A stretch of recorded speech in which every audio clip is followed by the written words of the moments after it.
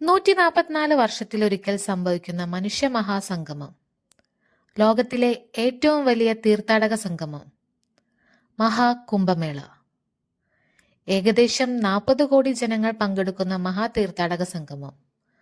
ഫെബ്രുവരി 26 വരെ നീണ്ടു നിൽക്കുന്ന തീർത്ഥാടക ദിനങ്ങൾ. 44 ദിവസത്തെ ആഘോഷം. ഏകദേശം 7000 കോടി രൂപ ചിലവ്. ലോകത്തിലെ ഏറ്റവും കൂടുതൽ ജനങ്ങൾ പങ്കെടുക്കുന്ന മഹാകുംഭമേള നടക്കുന്നത് ഉത്തർപ്രദേശിലെ പ്രയാഗ്രാജിൽ.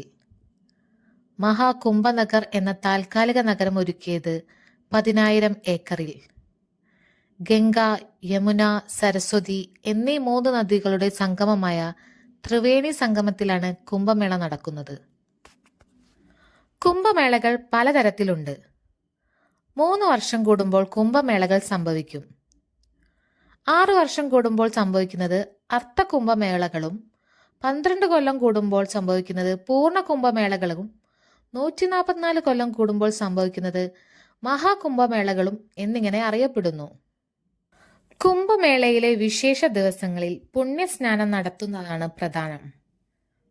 പ്രയാഗ്രാജിൽ ത്രിവേണി സംഗമത്തിലും ഉത്തരാഖണ്ഡിലെ ഹരിദ്വാറിൽ ഗംഗയുടെ തീരത്തും മഹാരാഷ്ട്രയിലെ നാസിക്കിൽ ഗോദാവരിയുടെ തീരത്തും മധ്യപ്രദേശിലെ ഉജ്ജയിനിയിൽ ക്ഷിപ്രയുടെ തീരത്തുമാണ് 3 വർഷം കൂടുമ്പോൾ കുംഭമേളകൾ സംഭവിക്കുന്നത്. കുംഭമേളയുടെ പുറകിലെ ഐതിഹ്യം എന്താണ്? ആദ്യമായാണ് ചാനൽ കാണുന്നതെങ്കിൽ സബ്സ്ക്രൈബ് ചെയ്യുക. കുംഭമേള എന്ന പദം 2 സംസ്കൃത പദങ്ങളിൽ നിന്നാണ് ഉരുത്തിരിഞ്ഞിരിക്കുന്നത്. കുംഭം എന്നാൽ കലം എന്നും മേള എന്നാൽ ഒത്തുചേരൽ എന്നും അർത്ഥമാക്കുന്നു.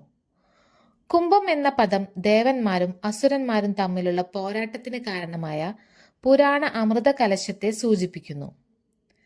പാലാഴി മദനവുമായി ബന്ധപ്പെട്ടതാണ് കുംഭമേളയുടെ ഐതിഹ്യം. ബ്രഹ്മാവിന്റെ ഉപദേശപ്രകാരം ദേവന്മാർ അസുരന്മാരുമായി ചേർന്ന് അമൃത് കടഞ്ഞെടുക്കുന്നു. അമൃത് കടഞ്ഞെടുത്തു കഴിഞ്ഞാൽ അസുരന്മാരുമായി പങ്കുവയ്ക്കാതെ സ്വന്തമായി ഉപയോഗിക്കാനായിരുന്നു ദേവന്മാരുടെ തീരുമാനം. അതിനായി അമൃത് പൊങ്ങി വന്ന ഉടനെ ദേവരാജനായ ഇന്ദ്രന്റെ മകൻ ജയന്തൻ ധന്വന്തിരിയുടെ കയ്യിൽ നിന്ന് അമൃത് തട്ടിപ്പറിച്ച് ഓടിമറഞ്ഞു.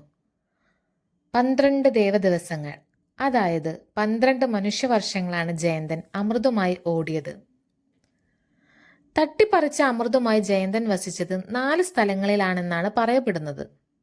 ഹരിദ്വാർ, നാസിക്, പ്രയാഗ്രാജ്, ഉജ്ജയിൻ എന്നിവയാണ് ആ 4 സ്ഥലങ്ങൾ.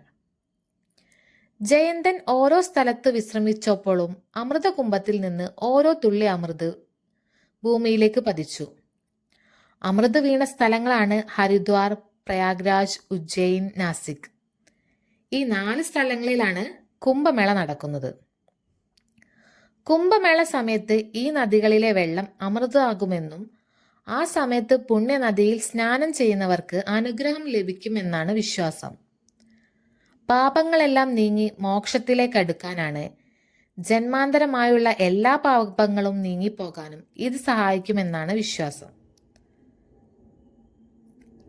12 വർഷത്തിലൊരിക്കൽ മാത്രം നടക്കുന്ന പൂർണ്ണ കുംഭമേളയാണ് ഇത്തവണ മഹാകുംഭമേളയായി ആഘോഷിക്കുന്നത്.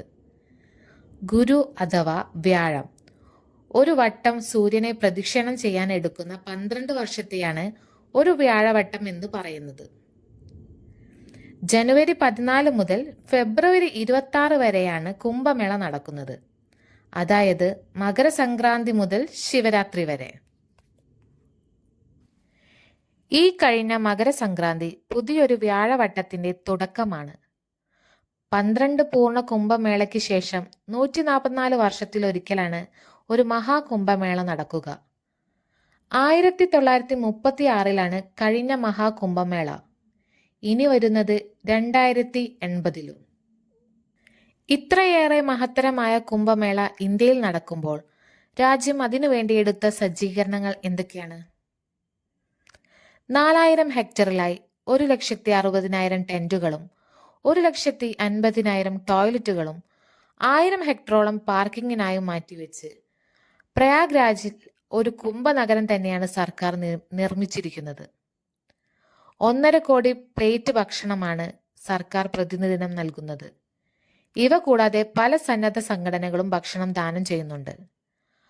10,000-കണക്കിന് checkup points, doctors, paramedicals, sanitisation തൊഴിലാളികൾ എല്ലാവരും സന്നദ്ധരാണ്.